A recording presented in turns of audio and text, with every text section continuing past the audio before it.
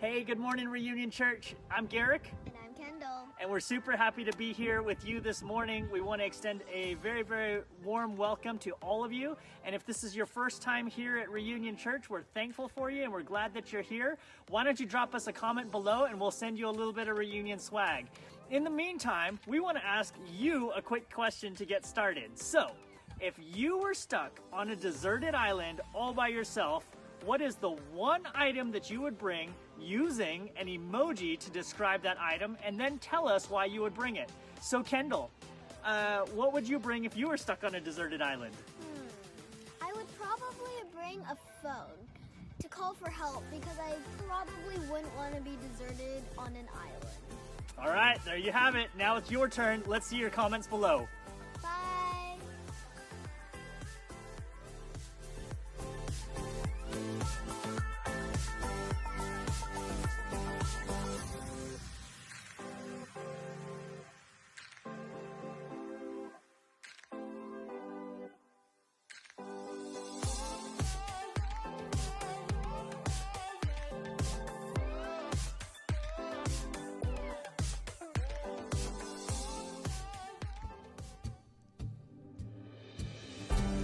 What's up, Reunion Church? Man, we are so excited that you are here with us today on this Sunday morning.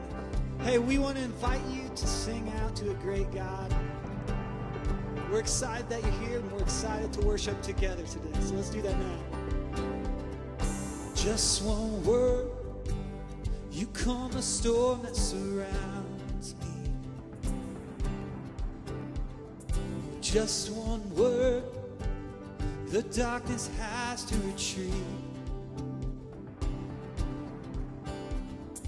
Just one touch, I feel the presence of heaven. And just one touch, my eyes are open to see. My heart can't help but believe. There's nothing that our God can't do. There's not a mountain that He can't move. Oh, praise the name that makes a way. There's nothing that our God can't do. Just one word, you heal what's broken inside. Just one word, and you revive every dream. Just one touch, I feel the power of heaven. Just one touch, my eyes were open to see. My heart can't help but believe. There's nothing that our God can't do. There's not a mountain that He can't move. Oh, praise the name that makes a way. There's nothing that our God can't do. There's nothing that our God can't do. There's not a prison wall He can't break through. Oh, praise the name that makes a way. There's nothing that our God can't do.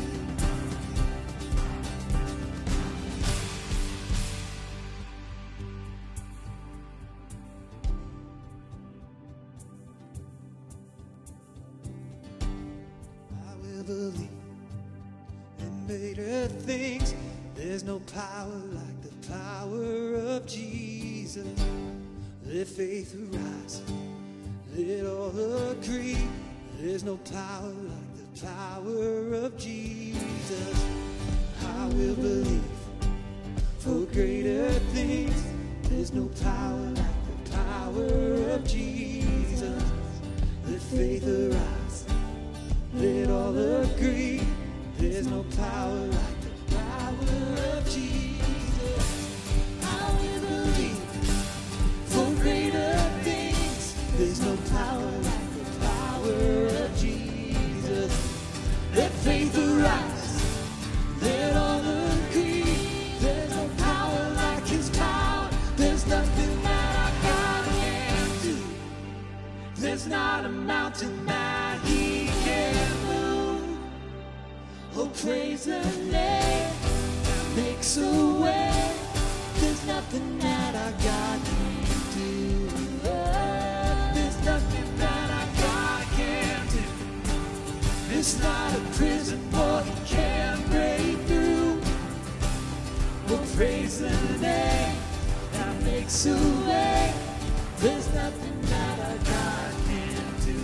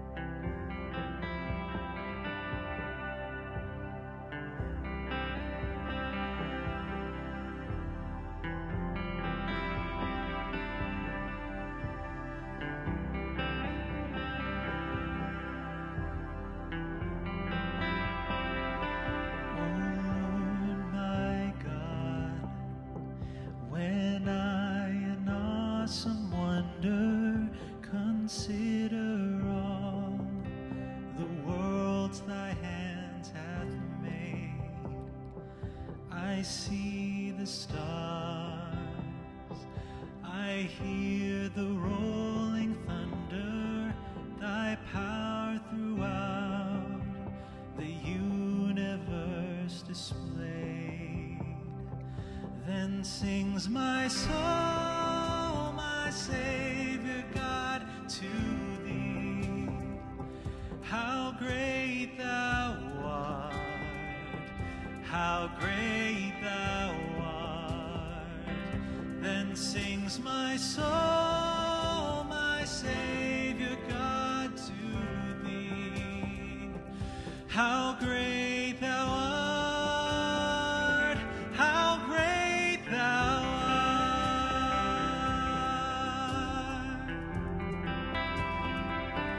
And when I think that God his Son, not sparing, sent him to die, I scarce can take it in, that on the cross, my burden gladly bearing, he bled and died to take away my sin.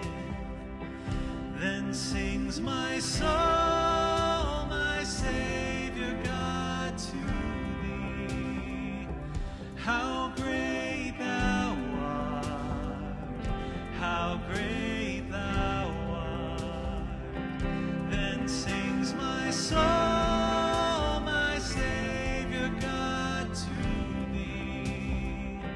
How great thou art, how great thou art.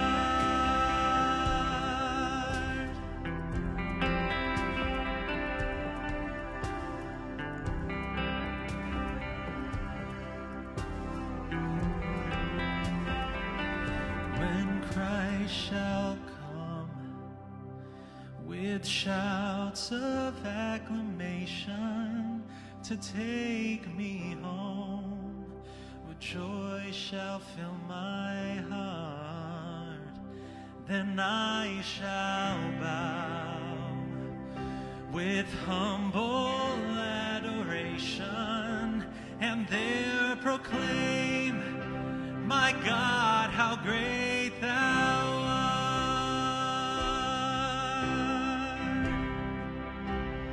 And then sings my soul, my Savior God, to thee.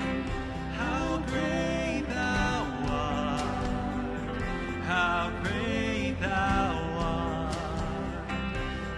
sings my soul, my Savior God to me. How great thou art, how great thou art. And sings my soul, my Savior God to me. How great thou art, how great thou art. Then sings my soul, my Savior God to me.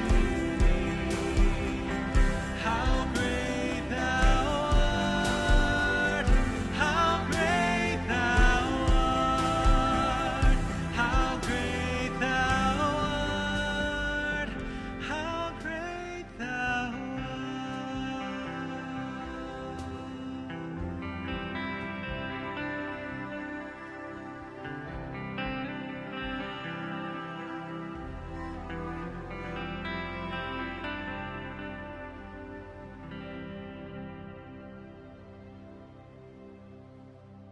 Hey guys, it's Garrick. And Kendall. And we're going to give you a little bit of the scoop on what's going on in the next few weeks here at Reunion Church. But before we do that, we're going to take a few minutes to have our offering.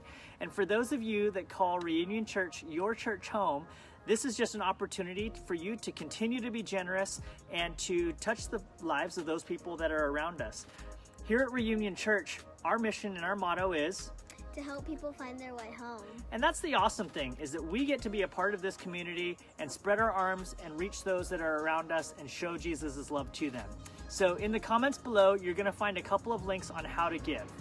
So we're excited to announce that we're going to go ahead and get together in person again on November the 29th at Caneo Creek North Park.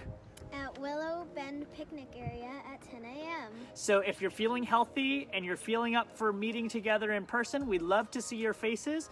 Go ahead and bring a lawn chair and your mask, and we'll do church socially distanced again, but we would love to see you there. Now, well, I think we can all agree that the past few months have been incredibly challenging. Challenging in the aspect of trying to build relationship and build community with those around us and staying connected with the church. So what we want to encourage you to do is, however comfortable you are, we'd love for you to get connected with those closely around you. So what we want to do is we want to take that extended family member or members, a couple of family friends that you're close with and connected to, that you're comfortable with, or maybe that neighbor down the street. And we would love for you to invite them over to your home and do church on Sunday morning together. We believe that we can build further and deeper relationships with people around us when we can do church together. We believe so strongly in that we want to give you a resource. If you're willing to commit to doing church with others during this time period, we want to get you an Apple TV as another resource to project church at home. So if you want more information about that, please email us at info@reunionto.com. All right, well, I think that's it for now. We love being with you guys. We're glad that you're here, and we want to continue on with our church service. Thanks so much for joining us.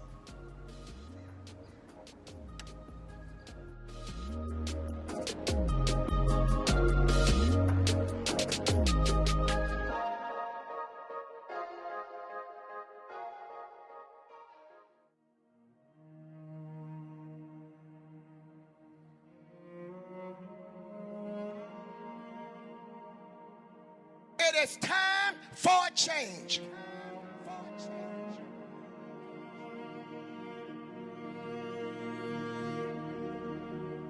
Enough is enough.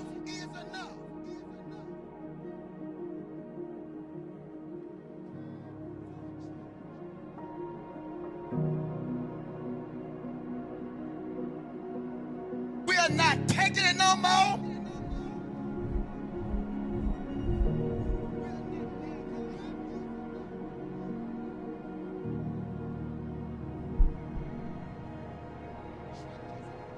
We have churches on every corner.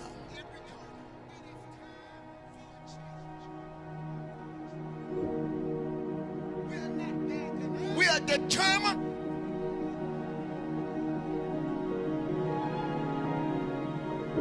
it is We are not backing up.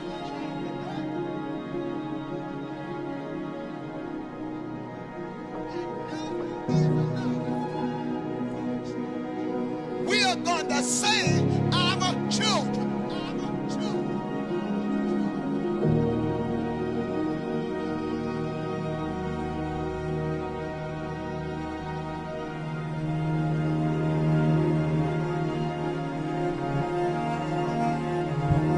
So today,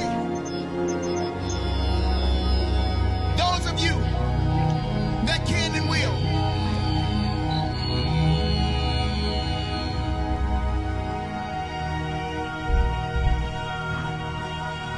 why not carry out the legacy of Jesus and make a difference in the life of a child?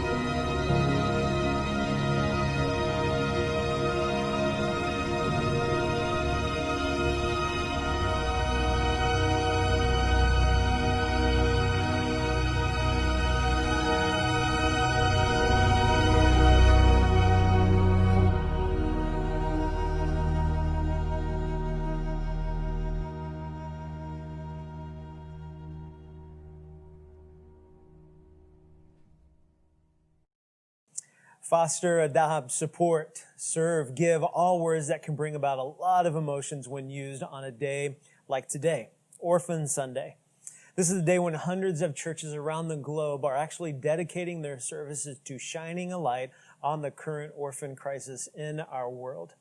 But before we get to that, I want to start with a brief story that starts with 5 words that you've probably heard before, and they're this: Houston, we have a problem. Many of you will recognize those 5 words were the ones uttered back on the mission that the Apollo 13 crew said back to Houston in Mission Control. They had just experienced a major equipment malfunction on their mission that dates all the way back to 1970. Their mission was actually to land on the moon again, but because of the equipment that was failing, they had to abort their mission, the one that they had trained thousands of hours for. You can watch the movie, which was made in 1995, which is crazy for me to think about. But Apollo 13, it was based on true events and extraordinary efforts that NASA went through to bring home the crew of Apollo 13. I mean, at first it seemed like an impossible task, right? I mean, the space shuttle was over 230,000 miles away. They were working with a limited amount of supplies and materials found on the actual shuttle. And then there was this whole time factor because the piece of equipment that had malfunctioned basically supplied the astronauts with oxygen. So they were running out of oxygen quickly. It was an all-hands-on-deck kind of a situation where they literally had different teams working around the clock to come up with a solution for the crew on the Apollo 13. I mean, can you imagine the pressure that some of those guys felt? I mean, the whole entire world is watching and waiting to see if they can bring home their crew. They ended up figuring out how to actually fix the problem, and they brought home all the astronauts alive. It was a great, fantastic movie and story if you would go back and read it. But it was an enormous, huge challenge, right?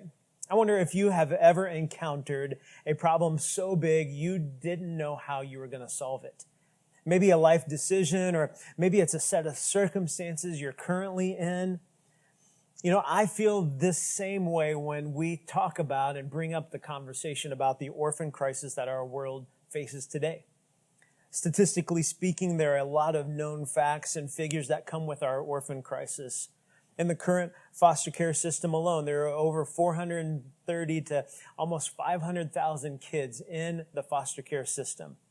There are over 110,000 children waiting to be adopted in the foster care system. And catch this, in 2015, there are over 20,000, and this number stays right around the same over the last couple of years. There are over 20,000 kids who age out of the foster care system, meaning that they have no support once they turn 18. Globally, there are estimated 140 million children without moms or dads. And so when I hear those stats, it makes me think of that statement that Jim, one of the astronauts, said back to Houston. And instead of saying, Houston, we have a problem, I want to say, church, we have a problem. There are millions of kids that have no moms or dads. These children have no advocate for their safety or health. These children have no one to tell them, I love you, as we say goodnight to our kids. They don't have anybody like that. These kids are children who are priceless and valuable, but they've never been told that before. And church, it is time for us.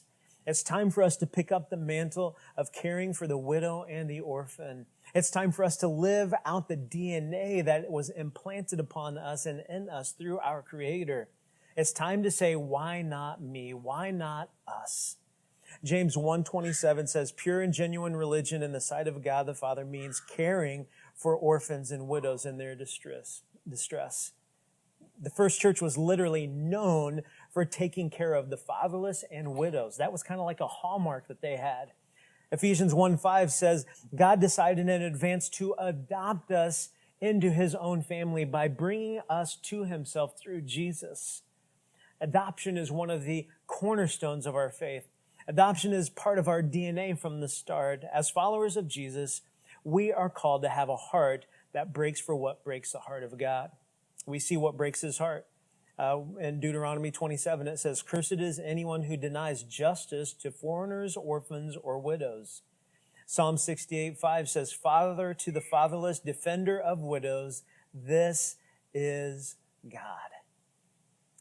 You know, the challenge is with statistics that they seem overwhelming and impersonal, and sometimes it seems kind of nebulous thing to say, care for widows and orphans. Well, today I wanted to bring it a little closer home and make it a little more tangible and quite honestly normalize it for us. And so I have some of my reunion family that are going to join me around this table here in a minute, and we're going to just have a conversation about how they are caring for children in our foster care system, how they have went about, how God wove their story of adoption in their family. And so we have a great group representing different forms of adoption and caring for the fatherless today. And my hope is today that you will see that God will use your simple yes in ways you never thought possible, and that he uses imperfect people to fulfill the mandate from scriptures to care for the least of these. So let's listen into the discussion that I had with my friends about how God is using them in this way. So guys, welcome to today. Thanks for being willing to come and have this conversation with us. For those of you at home watching, we're all coming from craziness. So if we all have don't ask me too many questions because of all the craziness happening in our lives, but that's kind of the way it is with doing church sometimes online. So guys, just around the table, maybe starting with you, Virgil, why don't you just describe a little bit about kind of like your family composition and kind of like pre and post where you're at now from where you had more people get into your family. Lovey and I have been married 21 years come last July. And we met, she had an 8-year-old son and a 1-year-old son, two different fathers. I had a 9-year-old daughter from previous marriage, so we blended. Mm-hmm. So that's the dynamic in itself. Yes. You know, and the parenting, how you parent, and all those things, and you got the ex-wives, a lot of factors there. And so, oh God, it had to be 5 years ago. We were in Africa in July, and we got back in July, and Lovey's mom passed in August. Now, her mom had been raising 3 of her sisters. Lovey, my wife, has 8 siblings, and one of them has 5 kids. She has kids, and she drops them off at the mom's house, essentially, in a nutshell, going back 25 years now. And so her mom had the oldest child, who's blind and autistic. So we kind of, Lovey had talked about it years back. I remember this. We might have to take her one day if Lovey's mom passes. Okay? And then her mom passes in August. She's had cancer for 5 years. She fought a great fight. She was on hospice for 4 years, and she passed. And that was a whole story in itself, Mark. But nevertheless, because her mom asked her on her deathbed pretty much the night before she passed, please take this one. And this happened to this child, meaning touching by males of kids. and the oldest one. So if it happened to the older ones, probably happened to the youngest one, the younger daughter who was with her. So at the time, the oldest one was 20, and then the next one down was 6. So Shavi, 20, Asia, 6, and then Matthew was in between. He's a boy, he's 12, 11, 12-ish. And then all of a sudden, her mom said, please take them. She's passing, you know, the night before she passed. Of course, we said, yeah, we didn't know what comes along with that. We always thought we might have to take the oldest one, you know, because she lived her whole life. I never processed. She has the other 2 kids, and there's 2 more out there, too, of the same sister of Lovey's. And then we look up, and wow, coming the end of August, we have 3 kids. Wow. And So you have kind of like your own like your dynamics of you and Lovey and how your family came together, and then you introduced some kids from Lovey's sister who her mom was taking care of, right? Yep. Okay, so that's your current situation right now, right? that was, yes. Yes. Okay. Yes, that's correct. Yes. All right. And so, Liz, why don't you tell us a little bit of your family makeup, and we'll get into how all these changed and whatnot. But tell us a little bit about your family. About my family. Okay, so I have 3 adult children and 4 adopted children. And picking up a sibling today at 3:30. Which just makes me giggle. It just makes her giggle when she's not mad at me. No, I'm kidding. But yeah, so God has brought us another little one that I felt we had to say yes to. So, and I have 3 grandchildren, Eric and I. So you have 3 what we would say bio kids who are kind of grown and mostly out of the house, kind of In and out. in and out, yeah. Yeah, and in then and and then you have 4. What are the ages of the 4 adopted children that you have? Okay, so the oldest is 10. Okay. She does have some pretty severe special needs. And we knew that when we adopted her. Okay. She came at 3 years old, and she wasn't well taken care of in another home that she was in. You were a big part of our yes, if you remember, in Den talking about that. And then we have Ella, who's 9, and Justice and Elijah, who are both 6. Okay. All right. A lot of kids. And then today, like you're leaving here and you're going to go Pick up a newborn who's 10 days old. 10 days old. Yeah. Wow. Okay. Yeah. And Michelle, why don't you just briefly describe our family for everybody? We just have 4. It's like 8. Oh, Yeah, they're, so we have a 14-year-old, a 13-year-old, and 2 9-year-olds. and they were all adopted internationally. So, guys, I want you to try to think about like back before your families shifted and morphed to what they are today. And you heard the word adoption, you heard the word foster care, you heard the words just kind of take people into your family that maybe weren't biological. What would you have thought, or what did you think, like pre-adopting, pre-international adoption? What were some of your thoughts about that? Anybody can chime in on this. Well, I didn't know what foster care was or adoption years ago. And I was working and I met a little girl when I was fitting her with eyeglasses that was in foster care. And I had said to her when I was giving her these glasses, like, oh, what are you going to do today? And she goes, I'm going to go to the zoo. And I said, oh, you're going with your mom to the zoo. And she goes, I don't have a mom or a dad. And I had no idea. I'm like just thinking, what's going on? Why does she not have a mom or dad? It didn't even enter my mind, which looking back is kind of, I mean, that's pretty sad that it was not even on my radar that there are these vulnerable children needing homes. And my fiance at the time, who's my husband now of 30 years, was picking me up for lunch. And so he heard this interchange. The person that was with her picking up the glasses took me aside and she said, I'm her foster mom.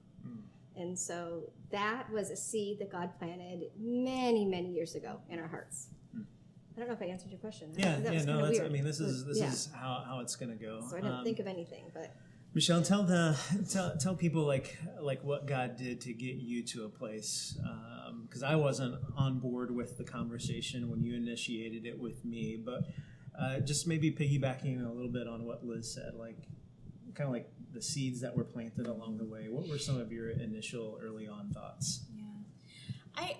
Looking back, I definitely had seeds throughout my whole life, actually, that I didn't even realize were seeds. Even as a little girl, my best friend growing up in elementary was adopted, and so it was just a normal thing. It never crossed my mind that she was any different than any of my other friends, and so it was just a normal thing. And then I would see other people model it throughout life and the different stages, and I did go to Africa, and when you see the need and it's right in front of you, and you see that other people are living normal, even though back then my normal was different than what it is now, it impacts you. But I think the biggest thing that I've learned and that I am learning is that I would have never said yes to for children from trauma or a child with medical needs if I hadn't said yes to the little things early on in my life. Because I really believe that God takes our little yeses and he sees the faithfulness even in that. Like even with what Chris said about baking cookies, he said yes to the little things. He would have never said yes to taking in a homeless man in his home way back when. But God saw his little yes and he grew it. He grew the faith. He grew the seed, the mustard seed in his heart. And that's what he did with us. That's right. That's true. Yeah. That's right. I know Maya and Virgil, I'll let you chime in here in a second. I know my initial thought was, that's okay for other people. Maybe we'll get to adopting someday. Maybe we'll do that. And probably, if I was real honest, I never thought we would adopt kids, quite honestly. But that was my initial thought about it. What about you, Virgil? Anything come to mind? Last two things both you guys said, but that was me. We, through church, Lovey went and checked it out and took some classes, and okay, that's something we'll get to, you know.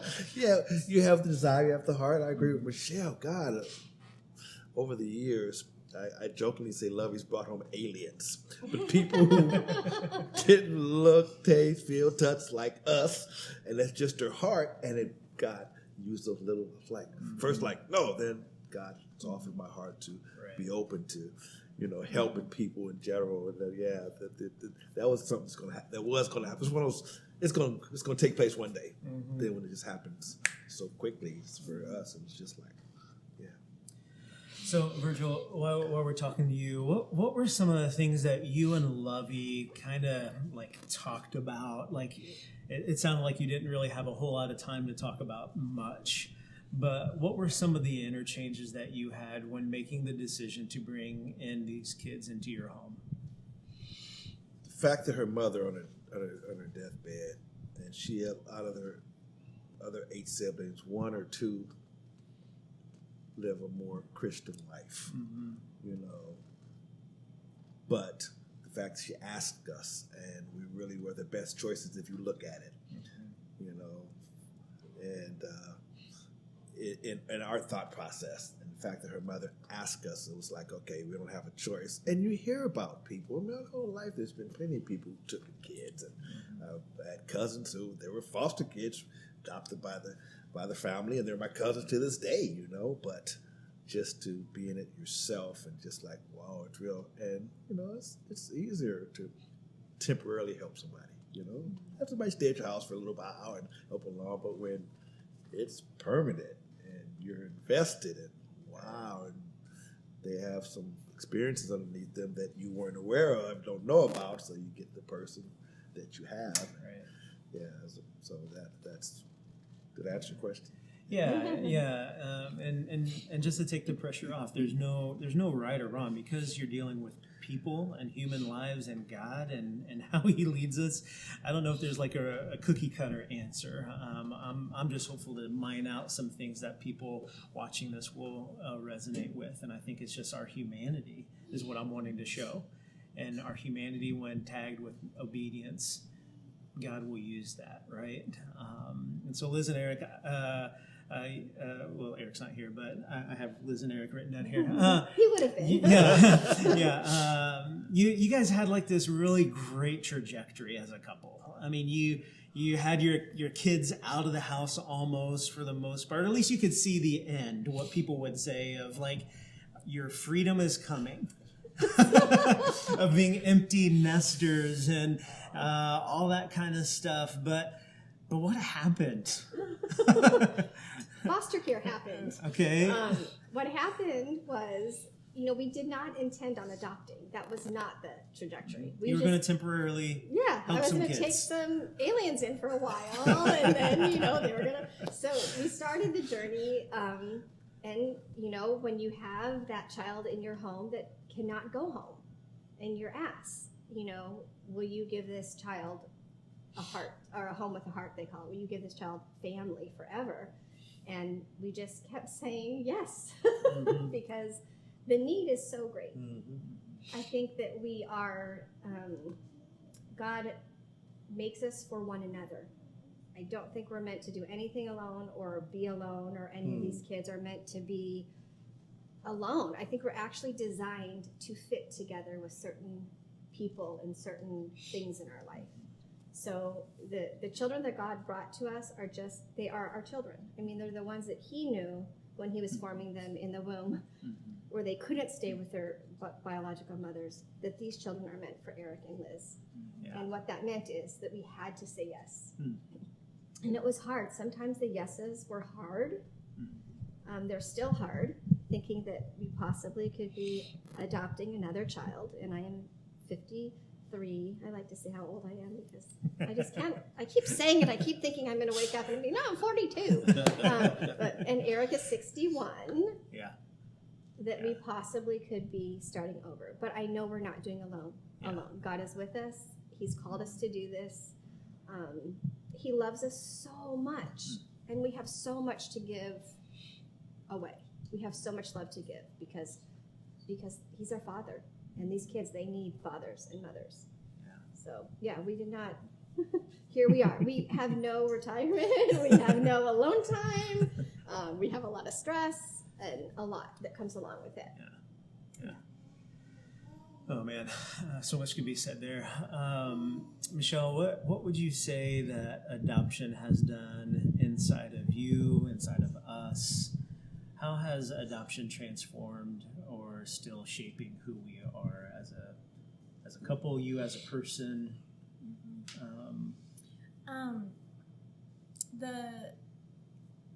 I think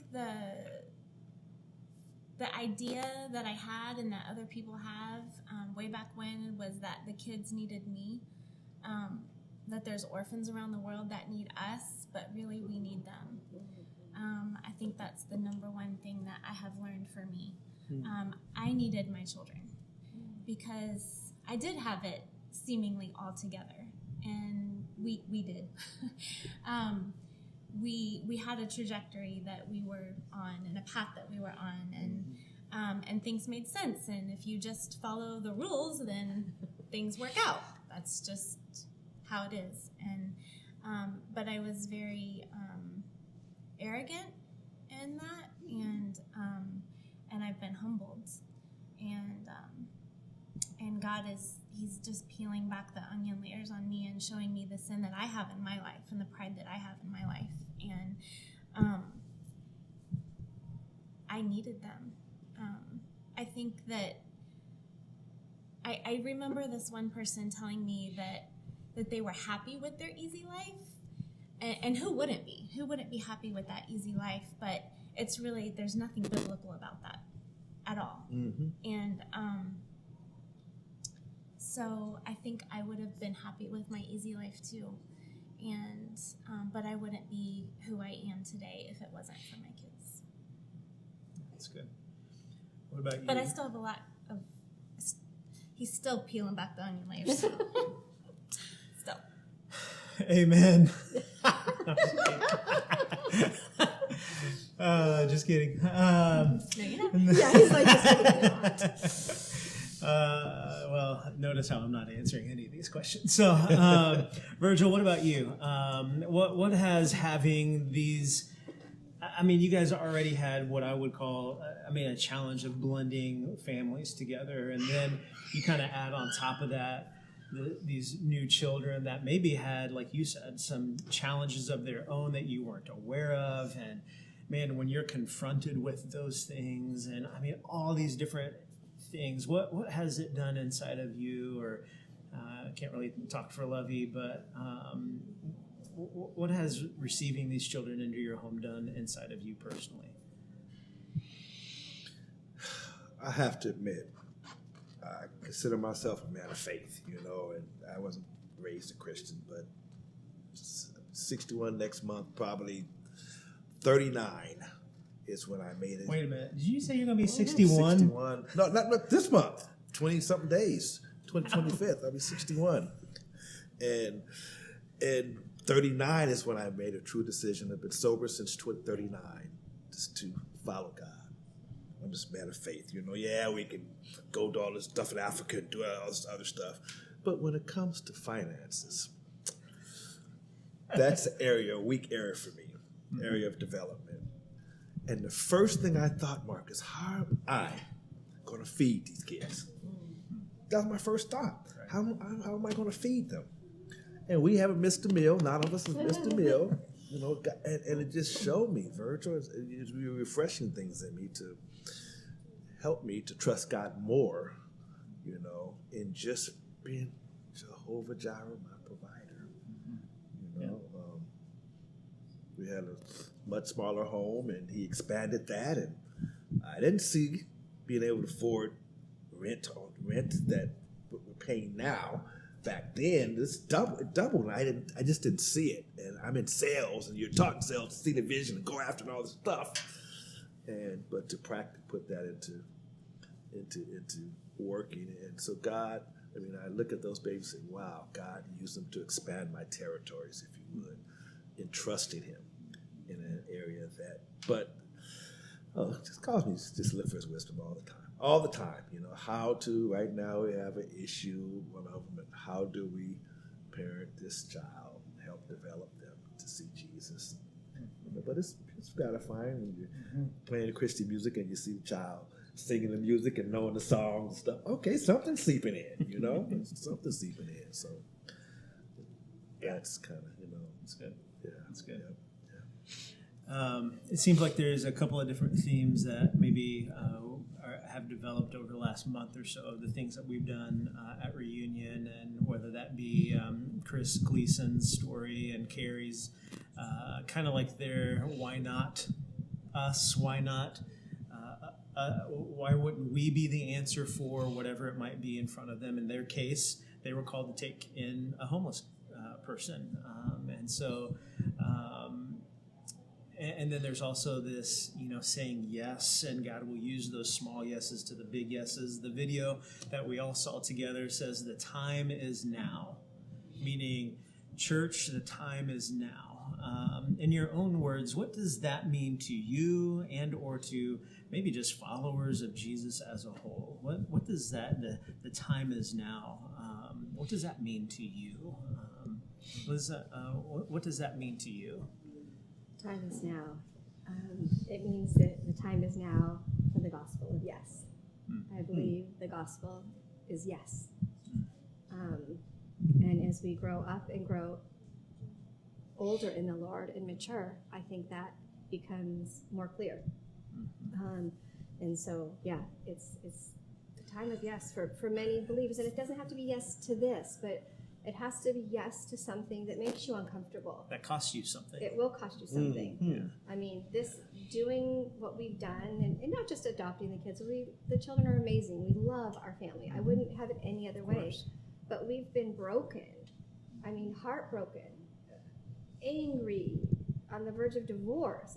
Just ugly, that comes along with this saying yes to whatever it is. God's going to call someone to take in, call Chris to open up his home to this homeless man. I'm sure there was times where it wasn't exactly exciting, and that it's like it means you're going to give yourself away. There's no more holding on to you or what you want. It's about giving yourself away to the other person, because that's how God has designed us. So the time is now, and the time is for yes. Whatever your yes is, I encourage people to find it, because there's no greater joy.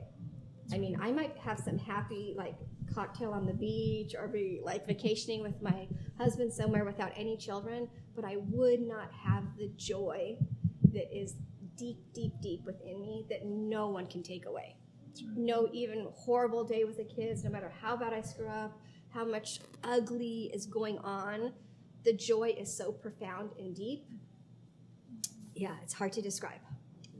That's really good. Yeah, that's really good. Either one of you guys have anything to add to that?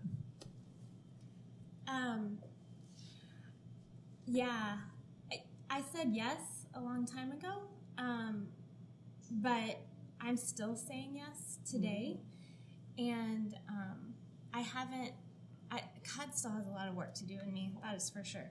On November 1st, which was Sunday, it was a really bad day. It was the day after Halloween. Like nuclear. Yeah, it was nuclear. It was the day after Halloween, and we just don't do well with things that have to do with fun things, because good anxiety, bad anxiety, it ends up the same. And it was a bad day. And I got an email that reminded me that it was National Adoption Month. And I said, well, of course it is. So it just was like, just that like reality check of like, I'm still saying yes today, and I'm still dealing with, and I still have so much to do still in me, God, because I'm still holding on to what our family should look like, and how my kids should act, and how I should act. And I'm still holding on to that. And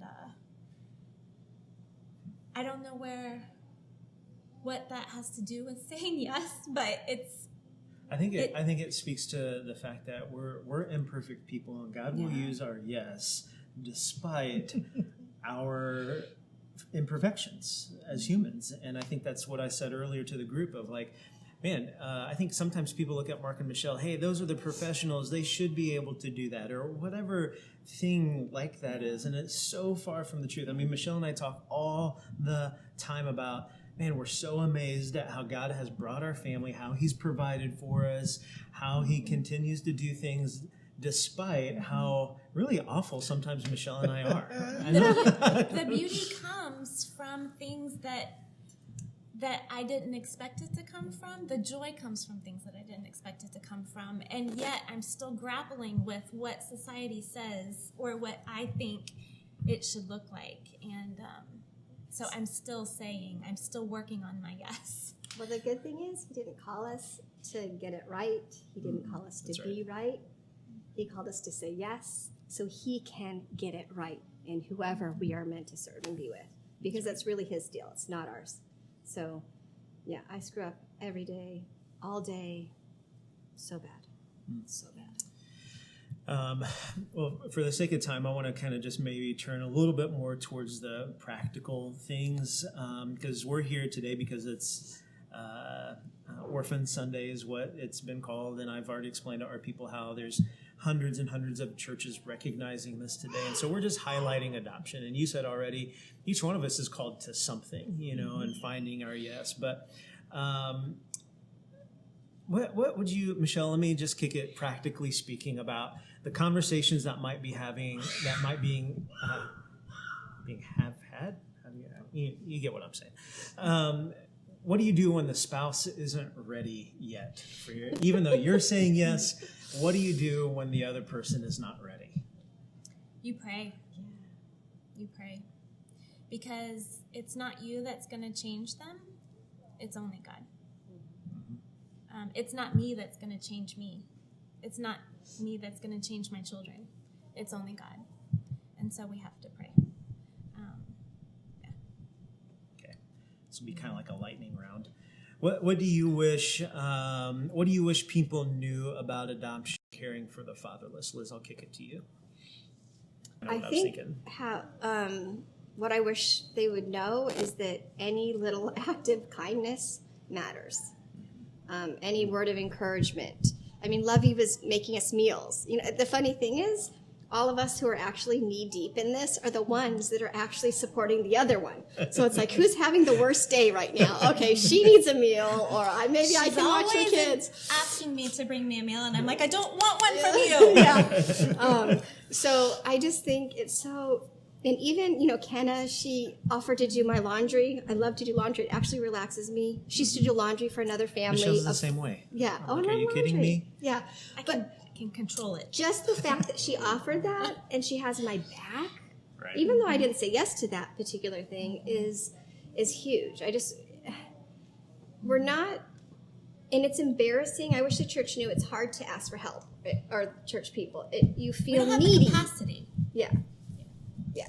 You feel needy and you don't want to ask. And Yeah. Chris Gleason texted, he's like, okay, we're here for you. What do you need? And I sent him like a list. I go, get ready. Okay, I can do some yard work. I need a light installed. And, you know, so just how important they are to our yes. Right. Just like I can be important to someone else's yes. It may not be foster care, but great. they're going to do something else and I can help them. And yeah. That's good. And to piggyback on that, just that maybe I should or shouldn't do that, but It's fine. Do it. well, Yeah. it's about Kenna. She does a great job, and I think what she does. She's hating this right now. I know. I'm sorry, Kenna. Oh no, are we talking about her? I love Kenna. What she does so well at is that she listens. Yes. She's a really good listener. And then out of listening, she listens to God and what He prompts her to do. Yeah, she listens. Yeah, it's really good. So, sorry, Kenna. I'm not sorry, Kenna. Okay, last few questions here. You know, we've said already when not everyone's called to adopt, but they are called to come alongside the orphan. We kind of talked a little bit about how they can do that. It's just encouragement, showing up with various different acts of service. What would you say to that, Virgil, specifically maybe for your family even? Like what could someone do to come alongside you and love you in your set of circumstances, or someone in your shoes? Just to add on, I know that Bible scripture says, whenever possible, do good. And it says, especially those of household of faith. And there is something, when Jesus said it's better to give than receive, there's something you always get from giving, whatever it looks like. And in our particular situation, you guys just said it, man. When somebody, oh, look at you guys a meal, it's like, oh, okay, for Lovey, because I don't worry about that Lovey thing. Let Lovey think about what's going to take place for dinner. But I'm happier than her when meal food shows up. And you know, kids eat. You know, they just, so That's right. those things are impactful. You know, I agree 200% with somebody. Just people say, I'm praying for you, okay? The acknowledgement, the random acts of kindness, those things for me when I watch are impactful, you know, and it's like, okay. Kind of makes you feel like, okay, I'm in fellowship. I'm not one fellow in the ship. There's fellowship. Many of us in the ship, whether in it or not, you know. I do believe, though, I agree that you talked about the now, man. There's God's always stretching us, I feel. And if it's not adoption, some shape, form, or fashion, God will present an opportunity for us believers to give, to do, to encourage. And, you know. Yeah. That's right.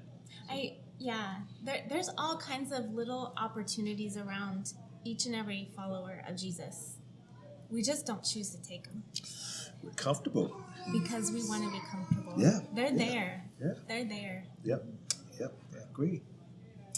So I'll ask everybody to respond to this. Virgil, I'll keep it over on your side.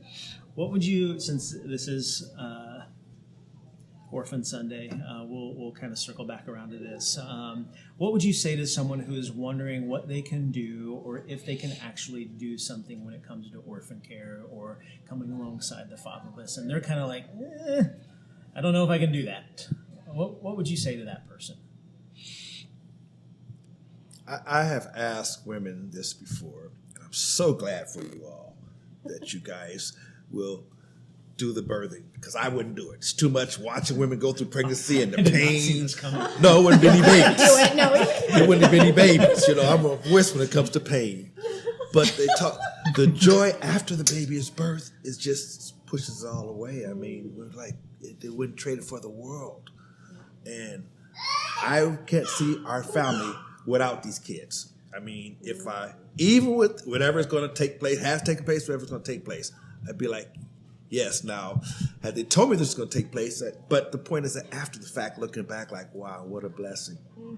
What a blessing. So in terms of this particularly, there's so much opportunity. There's something called the reticular activating system. Call it RAS. It's part of the brain. You ever never notice a particular color until you buy it? Does it ever happen to any of you guys? Now you see a ton of them. Because your mind is opened up to that particular color in that car, the reticular activating system kicks in.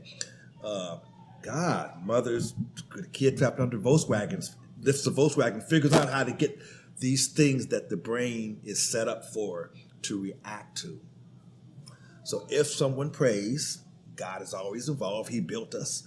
And God sent me opportunities to be of service. In this particular area, I believe your reticular activating system will open up and you'll see opportunities either to foster or to help support somebody foster. Yeah, that's such a great, I think that's just such a great word for everybody, myself included, of thinking. We say statements of like, I'm waiting for God to tell me something. I'm waiting for my yes to come along. And yet 2 weeks, 4 weeks, I've been guilty of this. So I'm not just saying it for people out there. It's myself included, where I'm waiting for God to do something, and yet I'm not willing to pray about it, or I don't pray about it. And you're right. When we start praying, God, can you show me whatever on a regular basis? You're right. He starts opening that up. So good. Okay, I would say, please do something and say yes until God tells you to say no. We have the script flipped. We are waiting for the yes when God has already said yes. He said yes with Jesus. He gave his son to die for us. I mean, what if he said you actually sat around and talked about this? This is a good idea. These sinful people, we've given them chance after chance. He sent Jesus to die on the cross for us. The most horrific death, he gave his life. So I say yes to whatever it is, foster care, adoption, anybody who needs a meal. But it doesn't make sense. It doesn't make sense to not say yes because the gospel says yes. Jesus says yes. So it does make sense. That's the world point of view that it is. To me, it makes no sense to say no most of the time. It makes no sense to live a comfortable life. With Jesus inside of me, that would feel so uncomfortable. So very, very uncomfortable. So I say yes until God tells you to say no. If you get in trouble, call me and I will have your back. That's what I'm telling the Christian people. And she means it. I do mean it. She means it. And that's coming from a lady who's going to the hospital to pick up a newborn and add them to their family. Who could use meals and a housekeeper. Wow. Shameless. No, I'm plugging. Shameless plug. No. Well, I'm so grateful to the group that sat around this table to share really just their personal story of saying yes to God. So grateful for them. You know, there's a misconception that in order to do things for God, we have to be perfect. What I would actually say is that we're not called to be perfect, but obedient. And God will take care of the rest. You know, the Apollo 13 mission, it was supposed to be the third lunar landing mission, when in reality they had to abort that because of the equipment failure that took place. And in their logs, it was actually deemed a successful failure.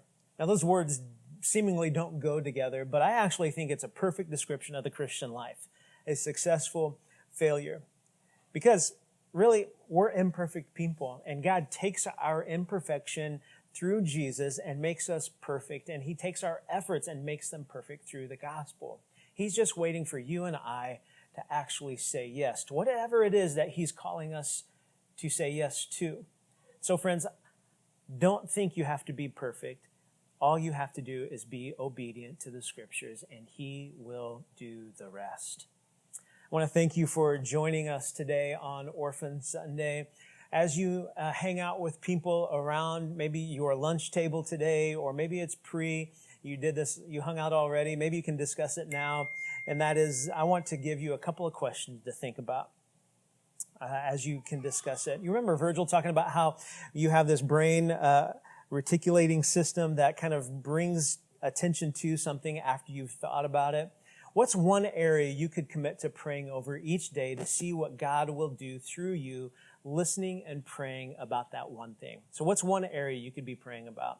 And then maybe this might take a little bit more vulnerability for you to step into, but what are your current hesitations with saying yes to fostering or adopting or coming alongside another family who is doing that? So go ahead and discuss those around your dinner table. Thanks so much for joining us today, Reunion, and let's be a community, a family that goes out and says yes to whatever God might call us to do. Have a great week, Reunion.